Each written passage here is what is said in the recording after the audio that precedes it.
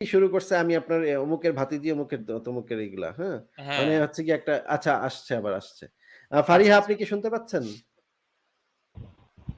জি।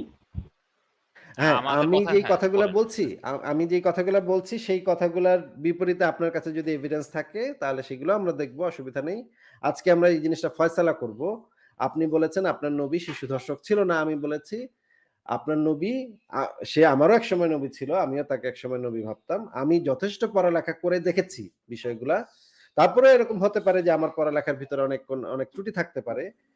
তাহলে আপনি যেহেতু দাবি করছেন যে আপনি জিনিসটা জেনে গেছেন, আপনি অলরেডি আমার থেকে বেশি পড়ালেখা করে বুঝে ফেলছেন যে আমি যে দাবিগুলা করছি সেগুলা ভুল ছিল। তাহলে আপনি আমাকে আজকে সংশোধন করে দিবেন। হ্যাঁ? আমি আপনাকে যে রেফারেন্স গুলা দেখাবো, রেফারেন্স গুলা আপনি দেখে আপনি আমাকে সংশোধন করে দিয়েন। কোন সমস্যা নেই। আমি সংশোধিত হতেও ইচ্ছুক।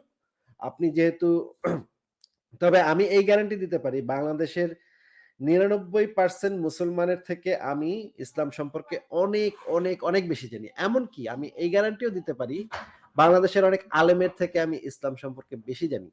তারপরেও হতে পারে এরকম যে আমি ইসলাম সম্পর্কে অনেক অজানা জিনিস আমার আছে, অবশ্যই হতে পারে। কিন্তু সেটা আসলে মানে আলোচনার মাধ্যমে প্রমাণ আমরা করব যে আমি ইসলাম সম্পর্কে কতটুকু কম জানি